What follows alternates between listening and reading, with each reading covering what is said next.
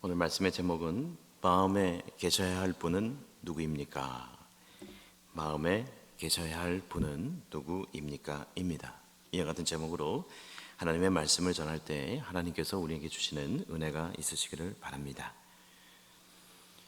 여러분, 오늘 로마서의 말씀을 미루어 생각해 볼 때 하나님의 진노와 이 분노에 대해서 우리가 생각해 볼 수가 있습니다. 여러분, 하나님의 진노가 있음을 아십니까?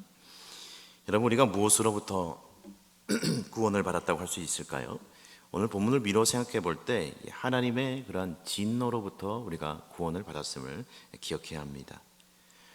여러분, 죄인된 인간의 실존은요, 만약 이 죄가 해결되지 않은 그런 상태에서 하나님의 심판에 이르게 되면 여러분 어떻게 될까요? 즉 우리는 하나님의 진노 때문에 모두 멸망하고 말 것입니다. 오늘 18절의 말씀 보면 하나님의 진노가 불의로 진리를 막는 사람들의 모든 경건하지 않음과 불의에 대하여 하늘로부터 나타나나니라고 말씀을 하고 있습니다. 여러분, 오늘 바울은 무엇이라고 말씀하고 있습니까? 즉 하나님의 그 진노가 불의한 자들, 즉 진리를 막는 사람들, 또한 경건하지 않은 자들에게 하늘로부터 나타난다라고 말하면서 하나님의 심판이 있음을 선언하고 있습니다. 여러분, 그런데 이 하나님의 진노와 심판은 감정이 아닙니다. 인간이 무의식적으로 바라거나 우발적으로 바라는 그런 감정과 화, 또 인간이 터뜨리는 그런 분노와는 질적으로 다른 것입니다. 즉 하나님의 진노는 죄인들을 향한 하나님의 정당한 반응이라고 할 수가 있습니다. 여러분, 그래서 이 하나님의 진노는요, 아무 때나 이루어지는 것이 아닙니다. 하나님의 심판 때에 나타난다. 성경은 그렇게 분명히 말씀하고 있어요. 즉 하나님은 사람처럼 아무 때나 불수, 화를 내거나 감정으로 그렇게 하시는 것이 아니다는 것입니다. 즉 하나님의 진노는 진리를 거역하고 순종하지 않는 인간들에게 주시는 최후의 심판이 바로 하나님의 진노다, 이렇게 우리는 이해할 수가 있겠습니다.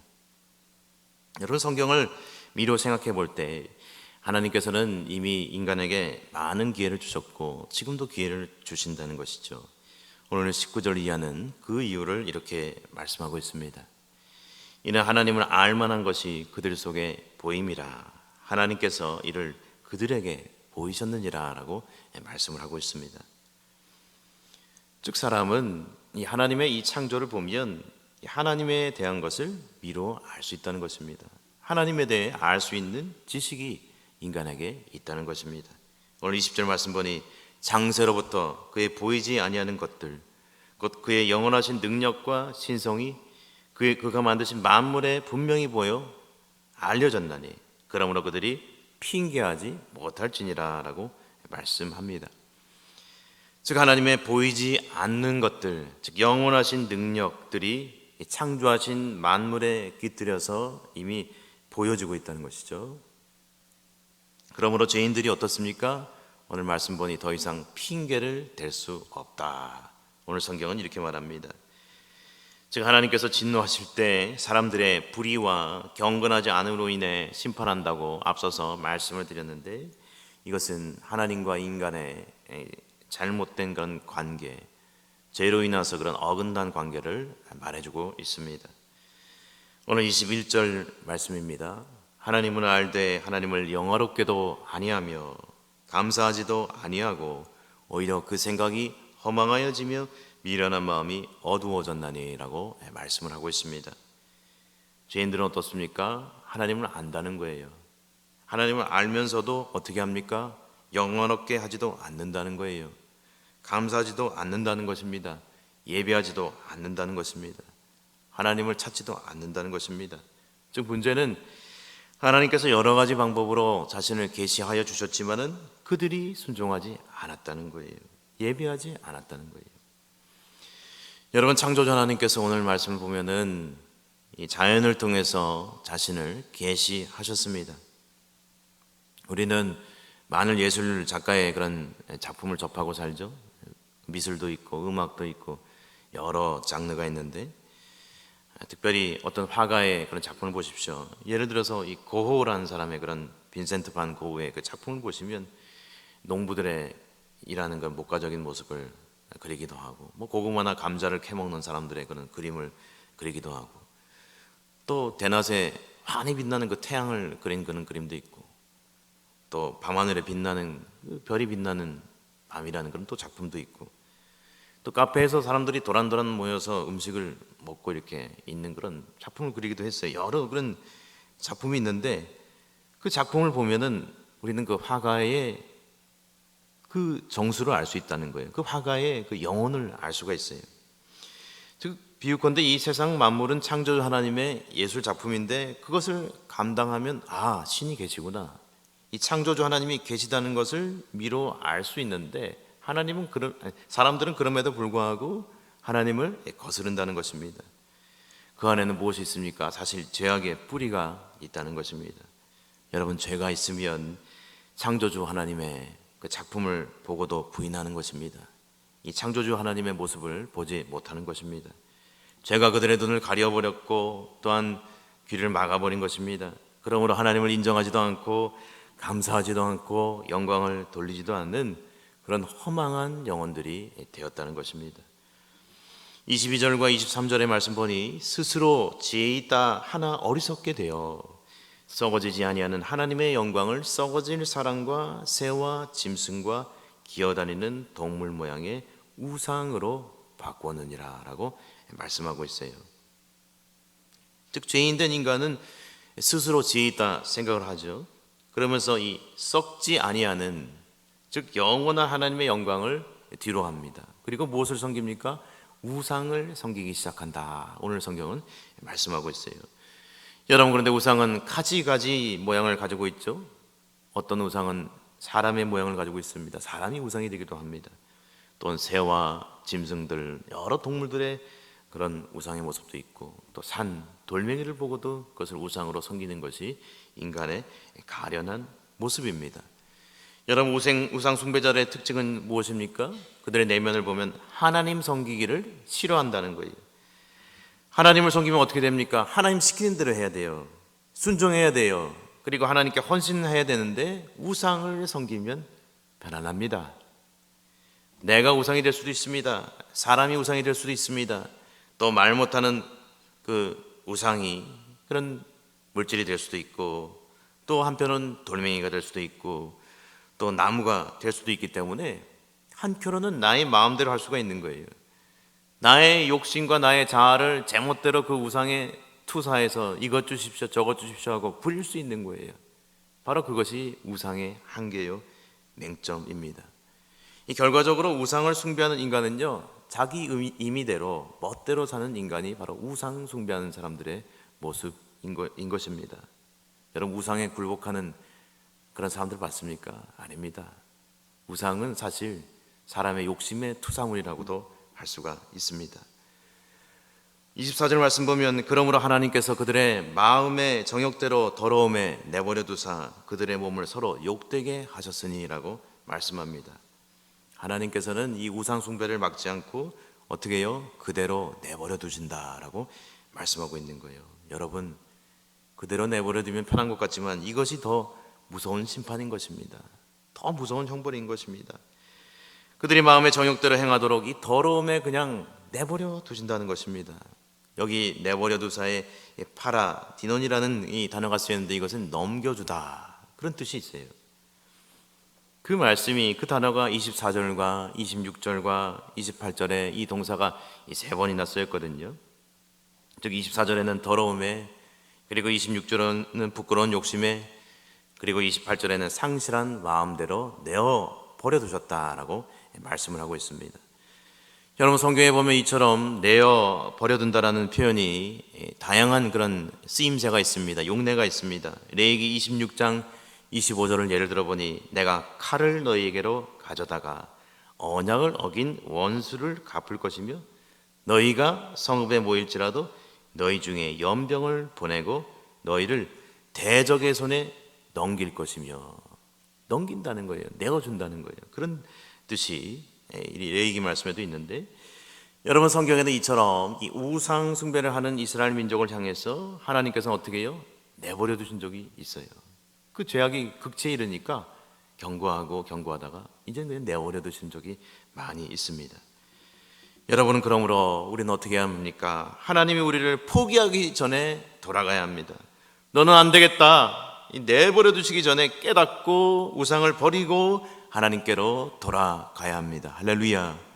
바로 그것이 주님의 뜻입니다. 오늘 25절입니다. 이는 그들이 하나님의 진리를 거짓 것으로 바꾸어 피조물을 조물주보다 더 경배하고 섬김이라.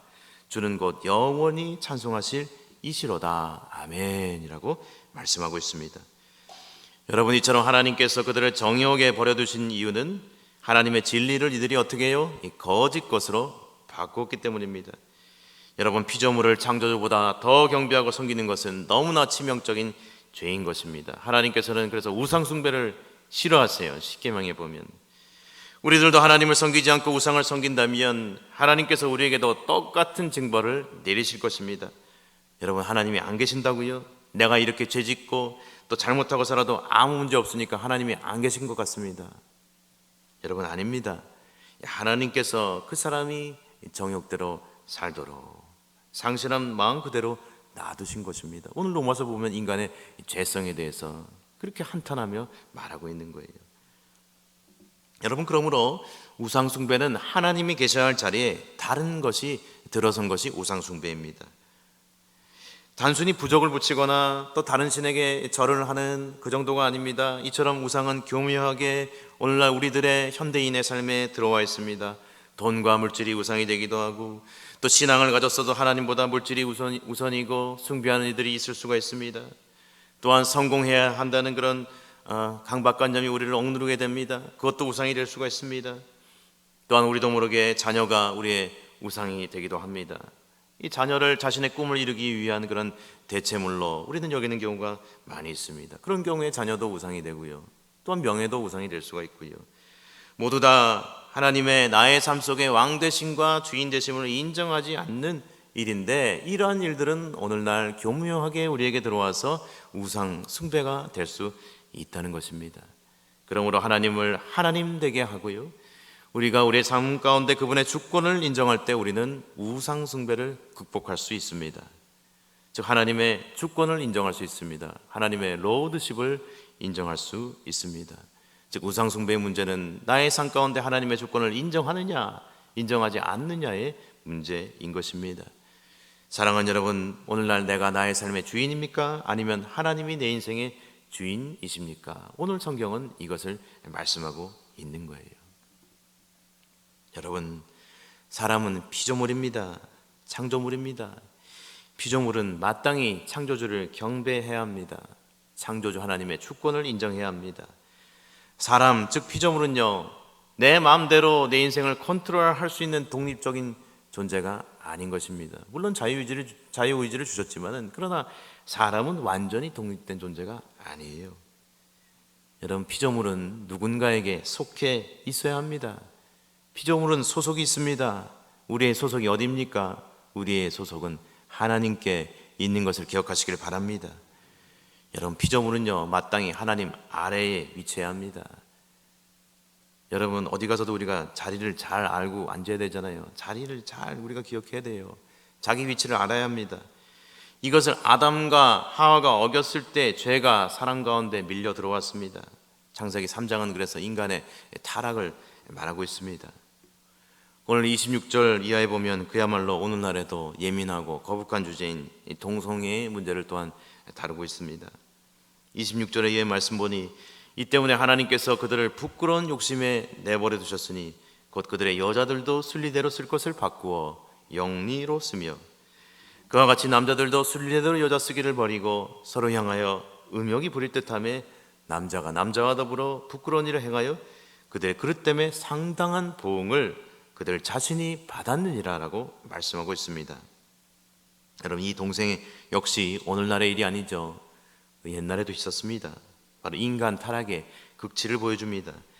창조주의 남자와 여자를 통한 순리대로의 그 부부의 그 하나됨을 이루는 하나님의 법칙을 역시 역행하며 대항하는 행위가 바로 이 동성애인 것입니다. 그래서 구약성경의 레위기 18장 22절에도 너는 여자와 동침한 것 같이 남자와 동침하지 말라 이는 가증한 일이니라 라고 이 구약성경에서도 이미 말씀한 바가 있는 것입니다. 오늘 마지막으로는요, 이 타락한 인간의 적나라한 모습을 28절 이하에 다음과 같이 말씀하고 있습니다. 분량이 좀 많지만 한번 읽어보면 또한 그들이 마음에 하나님 두기를 싫어하매 하나님께서 그들을 그 상실한 마음대로 내버려 두사 합당하지 못한 일을 하게 하셨으니 곧 모든 불의, 추악, 탐욕, 악의가 가득한 자요 시기, 살인, 분쟁, 사기, 악독이 가득한 자요 수군수군하는 자요 비방하는 자요 하나님께서 미워하신 자요 능욕하시는 자요 교만한 자요 자랑하는 자요 악을 도모하는 자요 부모를 거역하는 자요 우매한 자요 배악한 자요 무정한 자요 부자비한 자라. 그들이 이 같은 일을 행하는 자는 사형에 해당한다고 하나님께서 정하심을 알고도 자기들만 행할 뿐 아니라 또한 그런 일을 행하는 자들을 옳다 하느니라 라고 인간의 타락의 모습을 적나라하게 그 내면과 행위 하나하나를 뜯어서 사도 바울이 말씀하고 있는 거예요. 폭로하고 있는 거예요.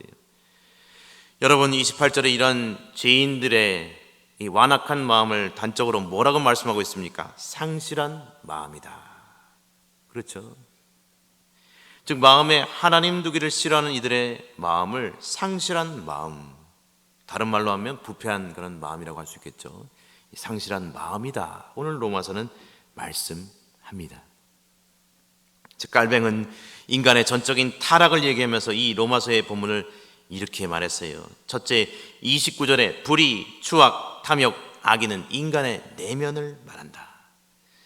또한 29절에는 시기, 살인, 분쟁, 사기, 악독, 수군수군하는 것, 비방을 말하는데 이거는 사람과 사람과의 관계에서의 죄악의 공동체의 인간 관계를 말한다고 하고 있습니다. 세 번째로는 30절에 능욕, 교만, 자랑, 악을 도모하는 것, 부모를 거역하는 것을 또한 말하고 있습니다. 이것은 사람과 또 하나님과의 관계를 다 포함하고 있어요. 하나님 앞에 교만하는 것, 또 사람 앞에 자랑하는 것, 악을 도모하는 것, 또 자기 부모를 섬기지 못하는 것 다 포함하고 있습니다. 여러분 오늘 로마서에서 말씀하는 인간의 이 타락과 죄악은 2000년 후인 오늘날 우리의 삶 가운데서 그대로 우리가 보고 있어요. 뉴스에서 보고 있고 우리의 내면에 이런 것을 발견하게 될 때 우리는 화들짝 놀라며 주님께 엎드려야 하는 것입니다. 사랑하는 여러분, 오늘 말씀을 통해 하나님의 가장 무서운 형벌은 무엇입니까? 그것은 하나님의 심판으로 기억하는 분도 있겠지만 저는 그렇게 생각이 됩니다. 그냥 내버려 두신 것이 가장 무서운 그런 심판이구나. 이미 심판을 받은 것이구나. 상실한 마음, 정욕대로 그냥 살게 놔두시는 것, 이것을 악인들과 세상 사람들은 그거 봐요. 하나님이 이런 말세의 세상인데 심판하지 않으시잖아요. 하나님 안 계시네. 그런데 그게 아니라는 것입니다. 그것이 더욱더 무서운 심판이라는 것입니다. 당시 로마의 배경에서 이처럼 말씀을 전한 바울, 또한 오늘날 똑같이 욕심과 우상숭배로 살아가는 우리들에게, 우리 모두들에게, 오늘날 인간들에게, 또 인생의 그런 군상들에게 모두에게 경종을 울리는 그런 말씀이 아닐 수가 없습니다. 그러므로 사랑하는 여러분, 욕심과 죄의 짐을 해결할 수 있는 길은 무엇입니까? 오직 예수 그리스도, 우리가 어제 살펴본 복음밖에 없는 것을 기억하시기를 바랍니다. 복음으로 말미암아 우리가 하나님의 의에 이르게 된다. 로마서는 분명히 말씀하고 있습니다. 그러므로 복음으로 죄의 문제를 해결받고 복음의 능력 가운데 거하며 이 죄의 문제로 인해서 사망으로 치닫고 있는 많은 사람들에게 우리의 삶으로 그리고 말과 입술로 복음을 전할 수 있는 우리 안락의 성도님들 다 되시기를 주님의 이름으로 축원합니다. 아멘.